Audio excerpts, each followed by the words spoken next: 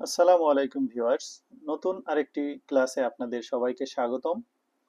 আজকের ক্লাসে আমরা ১৬ আনা পদ্ধতিতে গুণ করার নিয়ম সম্পর্কে জানব।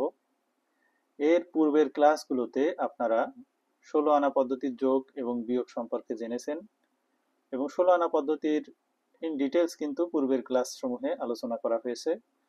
যদি কারোর কাছে কোনো জায়গায় কোনো কনফিউশন লাগে তাহলে অবশ্যই পূর্বের ক্লাসগুলো আপনারা ভালোভাবে দেখবেন। আশা করি আপনাদের কনফিউশন কেটে যাবে। তো আজকের ক্লাসে আমরা ১৬ আনা পদ্ধতিতে গুণ করার নিয়ম সম্পর্কে জানবো। এই গুণ কেন আমাদের প্রয়োজন এটা আপনাদেরকে একটু বলি। সাপোজ কোনো খতিয়ানে দেখা যাচ্ছে ৫ জন ব্যক্তি একই পরিমাণ জমি পাচ্ছে। তো তাদের ৫ জনের সবার অংশ মোট কত, এটা আপনারা একবারেই গুণ করার মাধ্যমে কিন্তু সহজেই বের করতে পারবেন। অবশ্য এখানে আপনারা যদি ৫ জনের জমির পরিমাণ আপনারা যদি যোগ করেন সেটাও সঠিক ফলাফল আসবে, বা সেটাও আপনার একটা সেভাবেও করতে পারবেন। তবে গুণ করে করলে খুব দ্রুত এবং সহজেই এই জিনিসটা আপনারা বের করতে পারবেন। তো ভিউয়ার্স, আপনারা প্রথমে আমরা এই গুণের ক্ষেত্রে খেয়াল করি। সাপোজ একটা খতিয়ানে দেখতেছি আমরা ৪ জন ব্যক্তি এই পরিমাণ জমি পেয়েছে, অর্থাৎ আনা, গন্ডা, কড়া, ক্রান্তি। ২ আনা ১১ গন্ডা ২ কড়া ১ ক্রান্তি পরিমাণ জমি পেয়েছে। তো এটাকে আমরা ৪ দ্বারা গুণ করব। তো আমি পূর্বেই বলেছি যে যোগ, বিয়োগ এবং গুণের ক্ষেত্রে এই ডান পাশ থেকে আস্তে আস্তে বামের দিকে আগাইতে হবে, আর ভাগের ক্ষেত্রে বাম থেকে ডানের দিকে আগাইতে হবে। তো আমরা ডান পাশ থেকে আস্তে আস্তে বামের দিকে আগাই। এখানে ৪ দিয়ে আমি যদি ১ ক্রান্তিকে গুণ করি তাহলে ৪ ৪ ক্রান্তি। তো ৪ ক্রান্তি আমরা জানি কি ৩ ক্রান্তিতে ১ কড়া, তাই না? তো ৪ ক্রান্তি যখন এখানে হচ্ছে, তো সেখান থেকে আমি এই ৩ ক্রান্তি বিয়োগ করে এখানে ১ ক্রান্তি ১ কড়া যোগ করে দেবো, তাহলে এখানে থাকবে কত? ১ ক্রান্তি, তাই না? সেই ১ ক্রান্তিটাকে এখানে লিখে দেবো। আচ্ছা, এখন খেয়াল করেন এখানে এখানে কত হচ্ছে। এখানে আছে ২ কড়া। ২ কড়ার সাথে আপনি ৪ গুণ করলে হবে ৪ দুগুণী ৮ কড়া এবং ১ কড়া ৯ কড়া। ৯ কড়া, তাই না? তো আমরা কিন্তু জানি কি ৪ কড়াই ১ গন্ডা। তাইলে ৯ কড়া আছে, তাহলে ৯ কড়াতে ৪ আর ৪ ৮। এই এখানে আপনার ২ গন্ডা এখানে যোগ হয়ে যাবে। আর এখানে যেহেতু এই ৯ এর থেকে ৮ বিয়োগ হয়েছে, তাহলে কি এখানে ১ কড়া থাকবে। তাহলে এখানে কত? ১ কড়া থাকলো। এরপরে খেয়াল করেন এই ৪ এর সাথে ১১ গুণ করলে কত হয়? ৪ ১১ ৪৪ আর ২ ছেচল্লিশ। ছেচল্লিশ গন্ডা। তো আমরা জানি ২০ গন্ডায় ১ আনা। তাহলে আপনার ছেচল্লিশ হচ্ছে। তাহলে ২০ ২০ আর ৬, তাই না? তাহলে ২ আনা আমি যোগ এখানে যোগ যোগ করে দেই। তাহলে এখানে ৪৬ এর থেকে যদি ৪০ বিয়োগ করি তাহলে এখানে আর থাকবে মাত্র ৪৬ থেকে এই যে ২ আনা এখানে যোগ করে দিছি, তাহলে ৪০ বিয়োগ করলে এখানে কত? আর ৬ গন্ডা থাকবে। ঠিক আছে? তাহলে এখানে ৬ গন্ডা।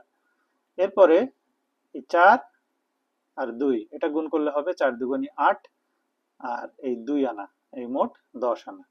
তাহলে ১০ আনা, এটা হবে এর উত্তর।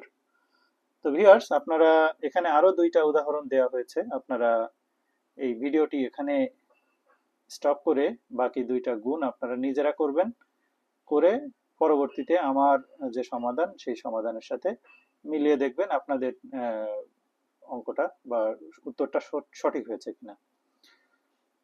তো ভিউয়ার্স, আমি এখন পরবর্তী অঙ্ক দুটোরও সমাধান করে দিই। আশা আমরা এটার দিকে খেয়াল করি। এখানে আছে ৫ এবং ৭। তো ৫ সাথে কত? ৩৫ তিল হয়, তাই না? ৩৫ তিল। তো আমরা জানি কি ২০ তিলে ১ ক্রান্তি। তাহলে ২০ বিয়োগ করলে এখানে কত থাকবে? ১৫। আর এখানে 1 যোগ হয়ে যাবে, তাহলে এখানে 15 তিল। আচ্ছা, এখানে 1 যোগ হইলো, তাহলে 5 দুগুণী 10 আর 1 11 ক্রান্তি। 11 ক্রান্তি, তাই না? 11 ক্রান্তি। তাহলে 11 থেকে আমি জানি 3 ক্রান্তিতে 1 কড়া, তাহলে 3 তিরিকে 9, তাই না? এখানে আমি 9 বিয়োগ করে দেব। আর হচ্ছে এখানে তাহলে যোগ হয়ে যাবে 3, তাহলে 9 বিয়োগ করে দিলে এখানে হয়ে যাবে 2, তাহলে 2 ক্রান্তি থাকবে এখানে, 2 ক্রান্তি। এরপরে এই 5-এর সাথে এখানে আছে কড়া, কত কড়া এটা? 3 কড়া।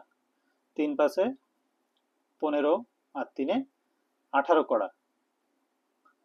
ওকে, 18 কড়া। আমরা জানি কি 18 কড়া হয়েছে, আমরা জানি 4 কড়াই 1 গন্ডা, তাহলে 4 4 16, এই 16 বিয়োগ করব, থাকবে কত? 2, আর এখানে যোগ হয়ে যাবে 4, মানে 4 গন্ডা যোগ হয়ে যাবে, তাহলে এখানে 2 কড়া বাদ থাকবে। এরপরে 5 15 75 আর 4, 75 আর 4-এ 79। ওকে, তাহলে 79 আমরা জানি কি 20 গন্ডায় 1 আনা, তাহলে 3 79 হচ্ছে 7 9, তাহলে 3 20-এ 60, তাহলে এখানে 3 আনা যোগ হবে, আর এখান থেকে 3 20-এ 60 বিয়োগ হবে, বিয়োগ হয়ে এখানে হয়ে যাবে 19 গন্ডা। আর এখানে 5-এর সাথে 1 গুণ হয়ে হবে 5 অক্ষে 5 আনা আর 3 আনা, মোট হচ্ছে কত? 8 আনা।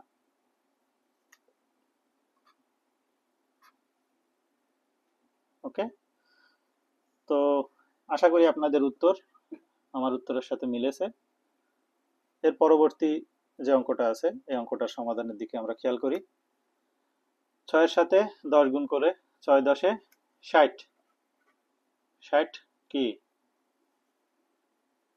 তিল, 60 তিলের থেকে আমি যদি বিয়োগ করে দিই, যে 20 তিলে আমরা জানি যে 1 ক্রান্তি, তাহলে আমরা 60ই বিয়োগ করে দেবো, তাহলে এখানে 3 যোগ করে দিলে 60ই যদি বিয়োগ করে দিই, তাহলে এখানে কোনো তিল থাকে না, হ্যাঁ, শূন্য তিল।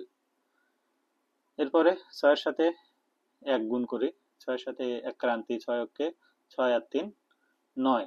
ওকে, তাহলে 9 ক্রান্তি হচ্ছে, তাহলে 3 ক্রান্তিতে 1 কড়া, তাহলে 9 ক্রান্তিতে 3 কড়া, এই 3 এখানে যোগ করে দিই, তাহলে 3-এর থেকে 3 বিয়োগ করে এখানেও 0 ক্রান্তি হবে কিন্তু, হ্যাঁ।